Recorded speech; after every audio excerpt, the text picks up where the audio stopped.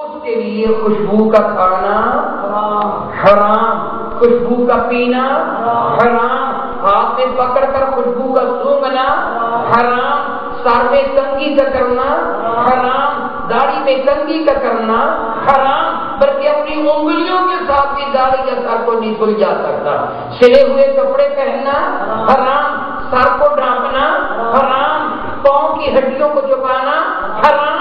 یہ سب کچھ حرام ہونے کی وجہ سے اس کو حالت احرام کہا جاتا۔ اب سمجھیے، تکبیر تحریمہ کہہ لی، پہلے تیرے لیے پانی پینا کیا تھا؟ حلال، تو اللہ پر کہنے کے بعد اب کیا ہو گیا؟ کھانا کھانا پہلے کیا تھا؟ باتیں کرنا پہلے کیا تھی؟ کسی کے سلام کا جواب دینا ثواب تھا، وہ بھی حرام ہو گیا۔ ایسے ہے کہ نہیں بھائی؟ ہے نا؟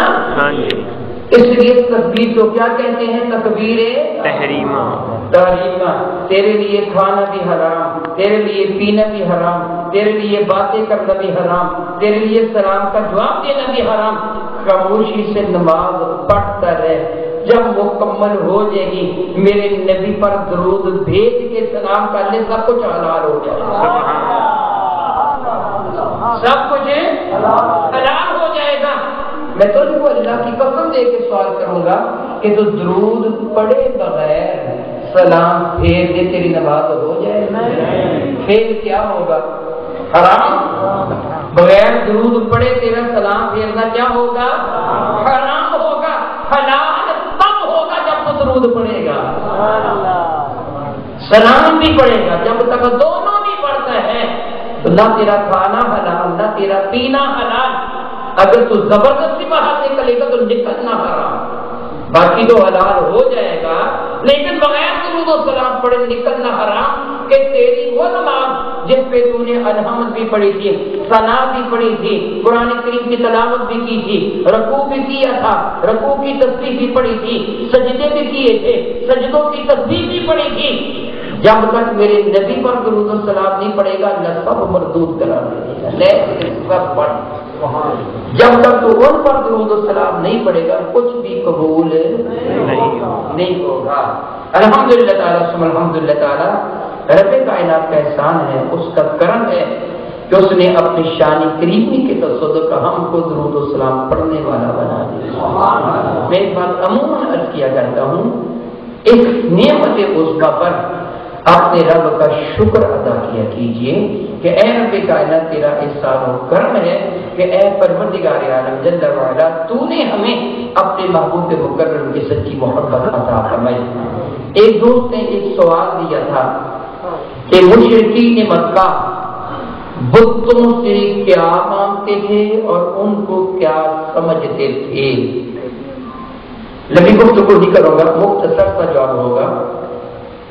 اللہ تعالیٰ نے ارشاد میں من ذا الذی یشفع عندہ الا باذنہ، کون ہے جو اللہ کے دربار میں شفاعت کرے بغیر اس کی اجازت کی؟ نمبر ایک یہ کہ اللہ کے سوا کائنات میں کوئی بھی عبادت کرنے والا نہیں ہے، کوئی لائق عبادت معذ اللہ جملہ غلط نکل جاتا، پوری کائنات میں اللہ تعالیٰ کے سوا کوئی بھی لائق عبادت نہیں ہے، پوری کائنات میں اللہ تعالیٰ کے سوا کوئی بھی لائق عبادت نہیں ہے۔ مشرکین بتوں کو لائق عبادت سمجھتے تھے، اور کیا کہتے ہیں بت کیا ہے لائق عبادت؟ یہ ان کا کفر تھا، یہ ان کا شرک تھا۔ دوسرا وہ بتوں کی شفاعت کے قائل تھے، کیا بولا؟ بتوں کی شفاعت کے قائل تھے، جس کو اللہ نے اجازت نہیں دی۔ غور سے سنو جو میں کہہ رہا ہوں، جس کو اللہ نے شفاعت کی اجازت نہیں دی، جو کوئی کہے وہ شفیع ہے بے غیرت ہے، کافر ہے۔ میں نے کہا تھا مختصر سی بات کر کے آپ سمجھاؤں گا۔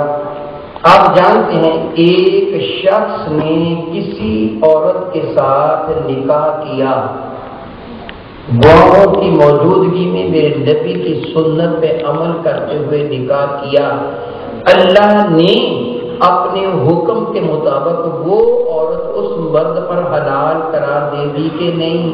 دے دی۔ وہ مرد اس عورت کے لیے حلال ہے کہ نہیں ہے؟ کیوں ہے؟